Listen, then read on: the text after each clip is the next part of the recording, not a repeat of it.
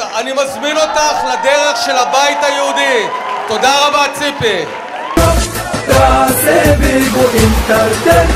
בסדר גמור. דווקא אני שמעתי שציפי לבני לפני שבוע שעבר אמרה שכיום היא כבר מתנגדת לירידה מהגולן, אז במובן הזה היא הצטרפה לדרך שלנו, כי בעבר היא הייתה בעד ירידה מהגולן.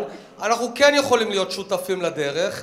היא הייתה בעד משא ומתן עם הסורים על הגולן. אז אני מזמין אותך לדרך של הבית היהודי. תודה רבה, ציפי. אני רק מקווה דבר אחד, ציפי, שעוד 10 שנים שתתפכחי מלמסור את יהודה ושומרון לערבים, גם תבואי לפה ותגידי, טעיתי, אני אקבל את ההתנצלות.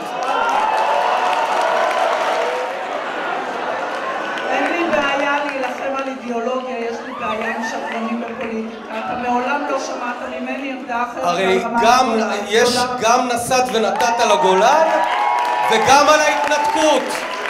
אני אזכיר לכם, ציפי בדרך החוצה, ציפי לבני הייתה וגאה בזה שהיא ממובילי ההתנתקות מעזה.